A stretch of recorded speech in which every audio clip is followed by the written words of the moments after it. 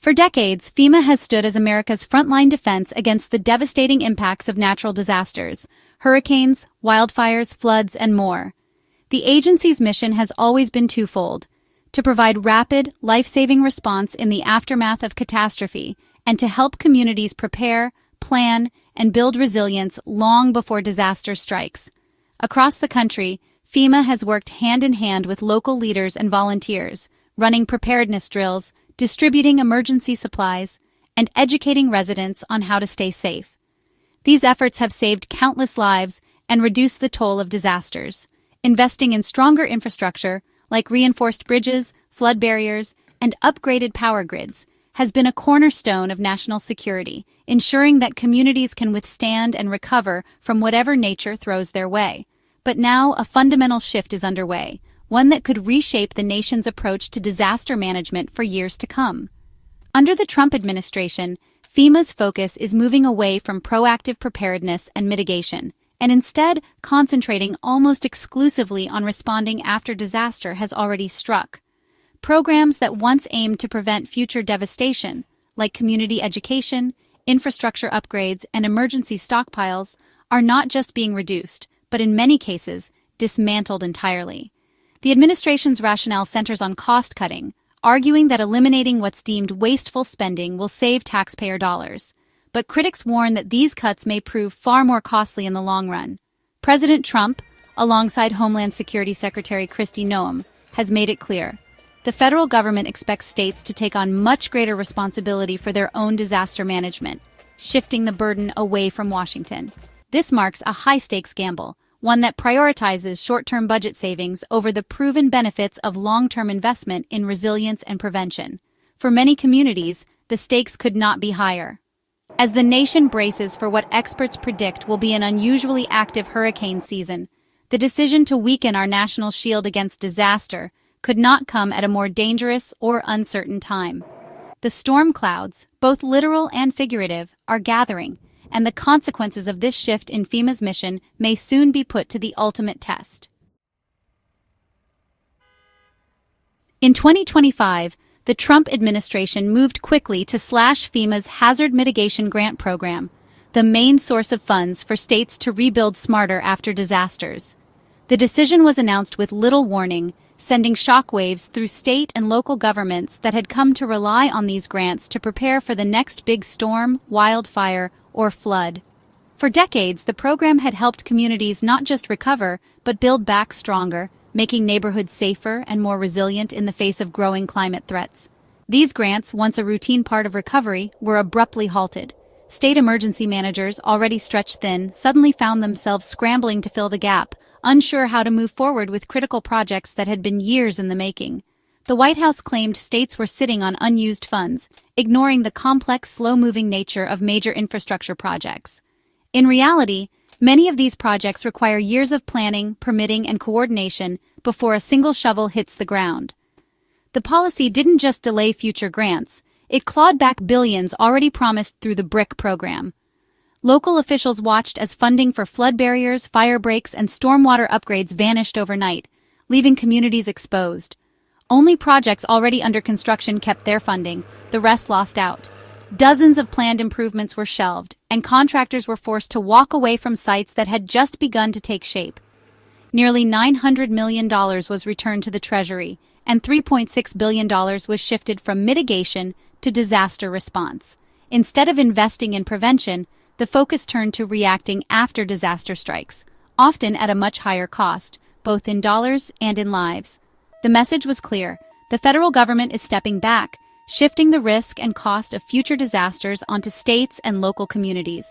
Leaders at every level were left to figure out how to protect their residents with far fewer resources.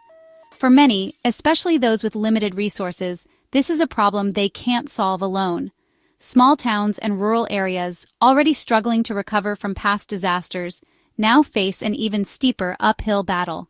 Disaster preparedness is no longer a shared national priority. It's a local budget crisis.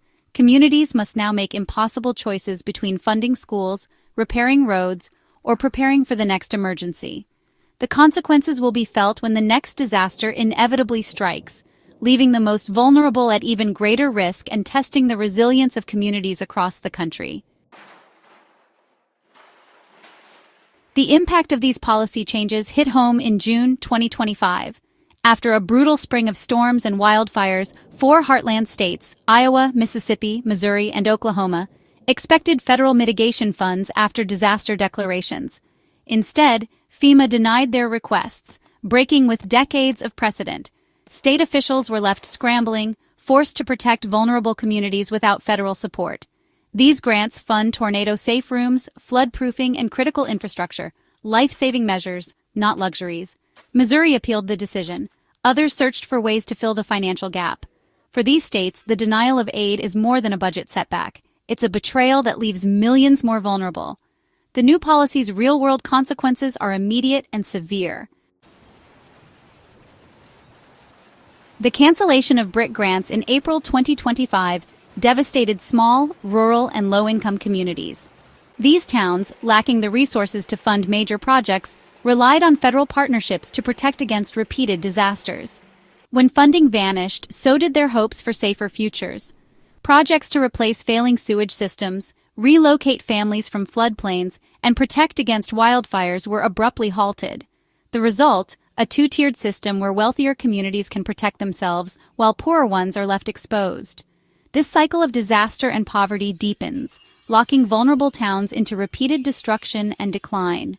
The loss of these grants isn't just a budget cut, it's a blow to the nation's most at-risk citizens. Consider Depew, Illinois, a small village in the heart of the Midwest, where life is shaped by the rhythms of the seasons and the strength of its close-knit community. But beneath the surface, Depew is plagued by a failing sewage plant that, during heavy rains, floods homes with raw sewage, turning basements into hazardous zones and leaving families to cope with the aftermath. For years, town officials and residents fought for a solution, navigating endless paperwork and meetings, hoping for a lifeline. Their persistence paid off when Depew secured a $23 million BRIC grant, an unprecedented opportunity to finally fix the problem and restore dignity to the community. The grant meant more than just new pipes and pumps. It represented safety, health, and hope for the people of Depew. It was a promise that their children could play without fear, that families could rebuild, and that the cycle of disaster might finally end. But in April 2025, that hope was shattered. The grant was abruptly canceled because construction hadn't started on time, a technicality that ignored the real challenges small towns face in launching major projects. Now, Depew is left with no way to pay for a new system. The threat of sewage in homes remains, and families are forced to live with the constant anxiety of the next storm, knowing their homes could be flooded again at any moment. Depew's story is a microcosm of a national tragedy, where policy decisions made in Washington have real, painful consequences for real people. The distance between lawmakers and the lives they affect has never felt greater. Officials called the cancellation a cost-saving measure, but for Depew it means years more of living with disaster, uncertainty, and loss. The emotional toll is immeasurable, as hope gives way to frustration and fear. The town is left adrift, a stark example of how federal retreat leaves the most vulnerable behind. Depew's struggle is echoed in countless other communities across the country, all waiting for help that may never come. For Depew, and towns like it, the promise of a safer future has been broken. The dreams of a thriving, resilient community have been put on hold, replaced by uncertainty and worry. The cost of inaction will only grow with every storm, as families and communities are left to weather the consequences alone. The pain of these cuts stretches from coast to coast. In Rising Sun, Maryland, a $5 million grant to relocate families from a floodplain and upgrade a sewage plant was canceled, leaving the town exposed to the next storm. Residents did everything right, identified risks, developed solutions, secured funding, only to see it vanish. In Kamaya, Idaho, 30 residents lost wildfire protection grants, leaving them to face growing fire threats alone. Across the country, communities that tried to protect themselves are now left vulnerable. The administration's decision has created a patchwork of risk, abandoning proactive towns and families. Safety is no longer a national priority, but a matter of luck and location. The consequences are clear: progress halted, vulnerability reinforced. The administration claims cutting preparedness funding saves money, but the math doesn't add up. Research shows every dollar spent on mitigation saves $4 to $11 in future losses. Canceling grants in places like Depew and Rising Sun doesn't save money. It guarantees higher costs when disaster strikes. Emergency response and recovery are always more expensive than prevention. True fiscal responsibility means investing now to avoid bigger bills later. By defunding preparedness, the administration is choosing higher costs and greater suffering down the road. It's a gamble with taxpayer money and with American lives. The nation will pay a much steeper price for this short-sighted policy. The administration's austerity isn't just about prevention, it's changing post-disaster aid too.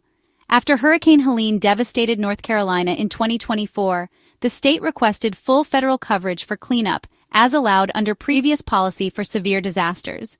FEMA denied the request, reverting to the old 75-25 cost-sharing model, leaving North Carolina with a massive bill. The same happened to Arkansas after tornadoes.